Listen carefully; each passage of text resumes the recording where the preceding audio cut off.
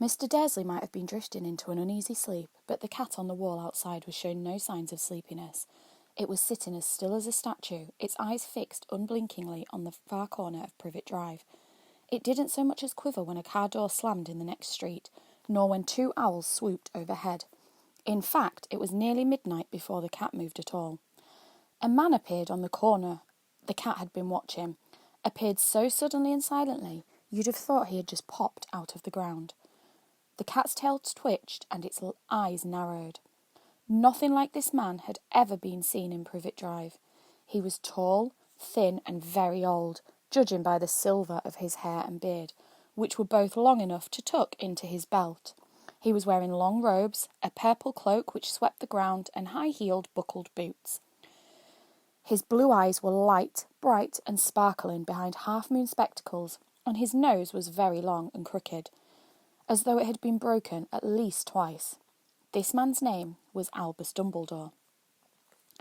Albus Dumbledore didn't seem to realise that he had just arrived in a street where everything from his name to his boots were unwelcome. He was busy rummaging in his cloak, looking for something. But he did seem to realise he was being watched, because he looked up suddenly at the cat, which was still staring at him from the other end of the street.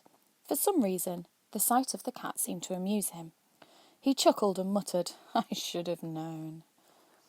He had found what he was looking for in his inside pocket. It seemed to be a silver cigarette lighter. He flicked it open, held it up in the air and clicked. The nearest street lamp went out with a little pop. He clicked it again. The next lamp flickered into darkness.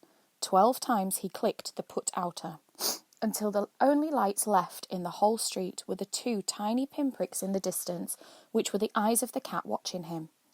If anyone looked out of their window now, even beady-eyed Mrs. Dursley, they wouldn't be able to see anything that was happening down on the pavement. Dumbledore slipped the put-outer back inside his cloak and set off down the street towards number 4, where he sat down on the wall next to the cat. He didn't look at it, but after a moment he spoke to it. "Fancy seeing you here, Professor McGonagall." He turned to smile at the tabby, but it had gone. Instead, he was smiling at a rather severe-looking woman who was wearing square glasses, exactly the shape of the markings the cat had had around its eyes. She too was wearing a cloak, an emerald one. Her black hair was drawn into a tight bun. She looked distinctly ruffled. "How did you know it was me?" she asked. "My dear Professor, I've never seen a cat sit so stiffly." "You'd be stiff if you'd been sitting on a brick wall all day," said Professor McGonagall. "All day, when you could have been celebrating? I must have passed a dozen feasts and parties on my way here." Professor McGonagall sniffed angrily. Yes, everyone's celebrating all right," she said impatiently. "You'd think they'd be a bit more careful, but no, even the Muggles have noticed something's going on. It was on their news." She jerked her head back at the Dursleys' dark living-room window. "I heard it. Flocks of owls, shooting stars. Well, they're not completely stupid. They're bound to notice something. Shooting stars down in Kent. I'll bet that was Daedalus Diggle. He never had much sense." "You can't blame them," said Dumbledore gently. "We've had precious little to celebrate for 11 years. "I know that," said Professor McGonagall irritably. "But that's no reason to lose our heads. People are being downright careless, out on the streets in broad daylight, not even dressed in Muggle clothes, swapping rumours." She threw a sharp sideways glance at Dumbledore here, as though hoping he was going to tell her something, but he didn't, so she went on. "A fine thing it would be if on the very day you-know-who seems to have disappeared at last, the Muggles found out about us all. I suppose he really has gone, Dumbledore." "It certainly seems so," said Dumbledore. "We have much to be thankful for. Would you care for a sherbet lemon?" "A what?" "A sherbet lemon. They're a kind of Muggle sweet I'm rather fond of." "No, thank you," said Professor McGonagall coldly, as though she didn't think that this was the moment for sherbet lemons.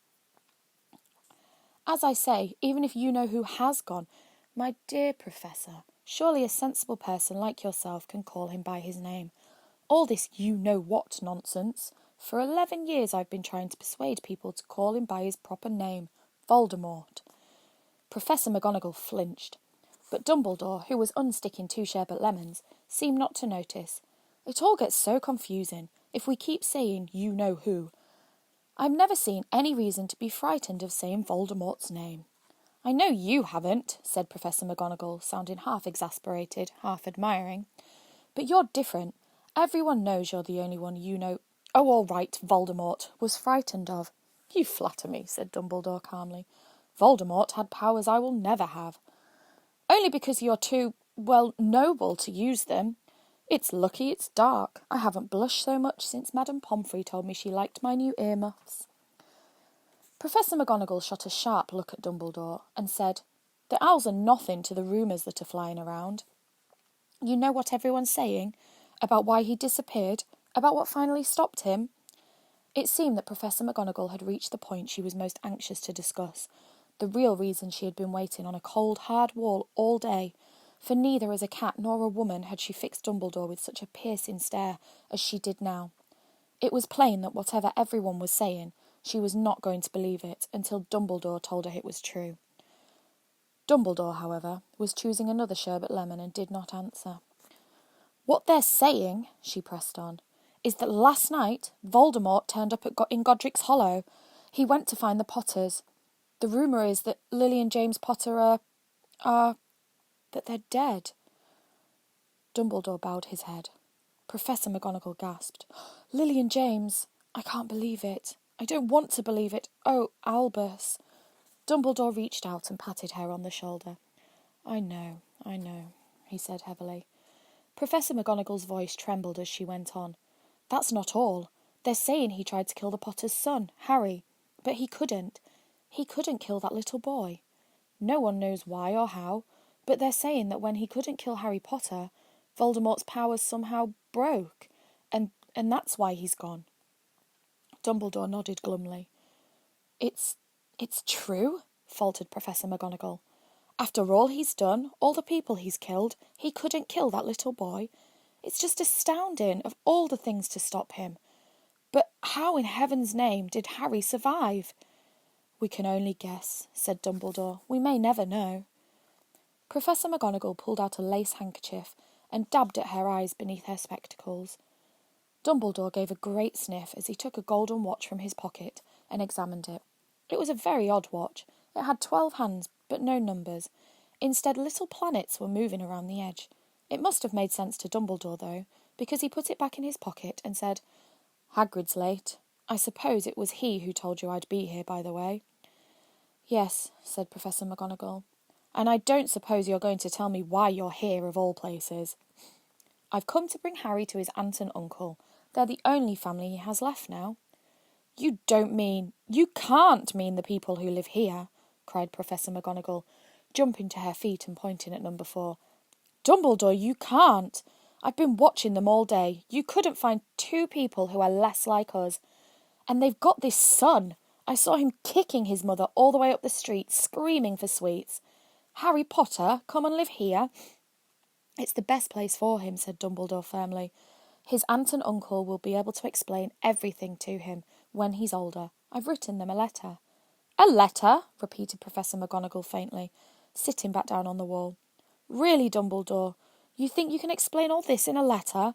These people will never understand him. He'll be famous, a legend. I wouldn't be surprised if today was known as Harry Potter Day in the future. There will be books written about Harry. Every child in our world will know his name." "Exactly," said Dumbledore, looking very serious over the top of his half-moon glasses. "It would be enough to turn any boy's head. Famous before he can walk and talk, famous for something he won't even remember. Can't you see how much better off he'll be, growing up away from all of that until he's ready to take it?" Professor McGonagall opened her mouth, changed her mind, swallowed, and then said, Yes, you're right, of course. But how is the boy getting here, Dumbledore?" She eyed his cloak suddenly, as though she thought he might be hiding Harry underneath it. "Hagrid's bringing him."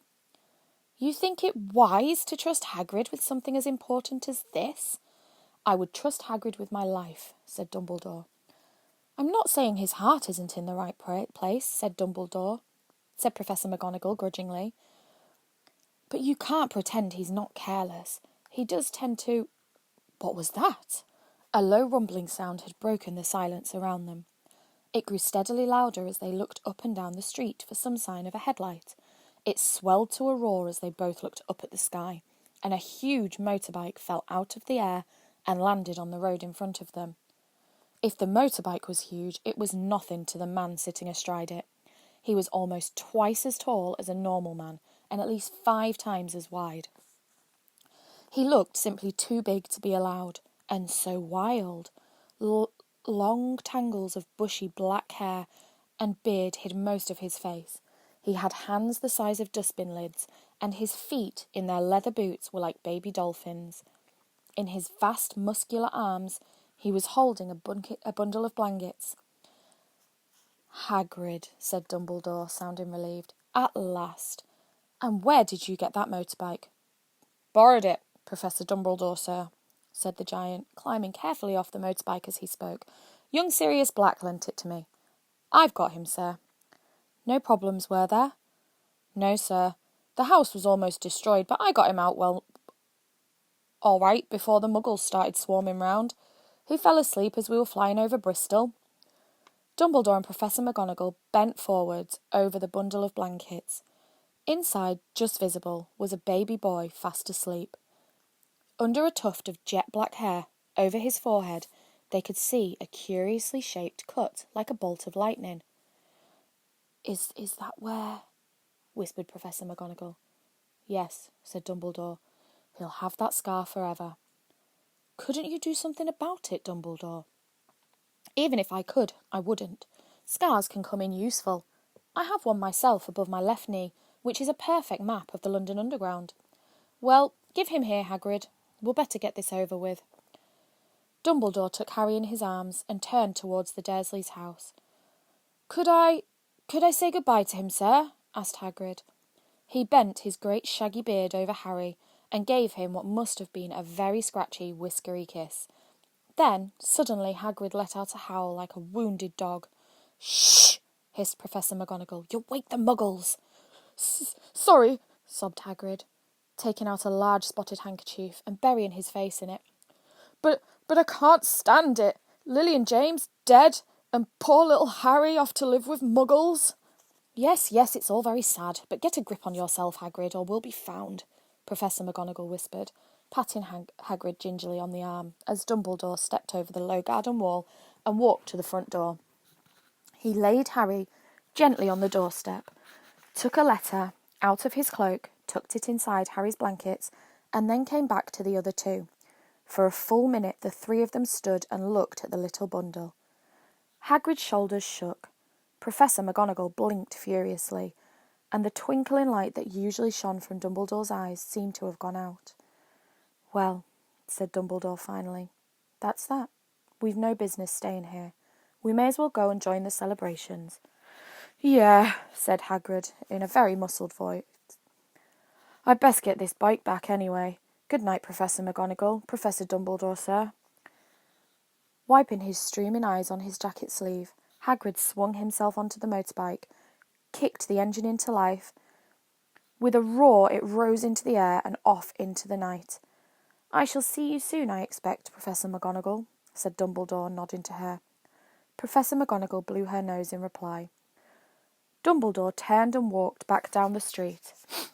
On the corner he stopped and took out the silver put-outer. He clicked it once, and 12 balls of light sped back to their street lamps, so that Privet Drive glowed suddenly orange, and he could make out the tabby cat slinking around the corner at the end of the street. He could just see the bundle of blankets on the step of number 4. "Good luck, Harry," he murmured. He turned on his heel. With a swish of his cloak he was gone. A breeze ruffled the neat hedges of Privet Drive, which lay silent and tidy under the inky sky, the very last place you would expect astonishing things to happen. Harry Potter rolled over inside his blankets without waking up. One small hand closed on the letter beside him, and he slept on, not knowing he was special, not knowing he was famous, not knowing he would be woken in a few hours' time by Mrs. Dursley's scream as she opened the front door to put out the milk bottles, nor that he would spend the next few weeks being prodded and pinched by his cousin Dudley.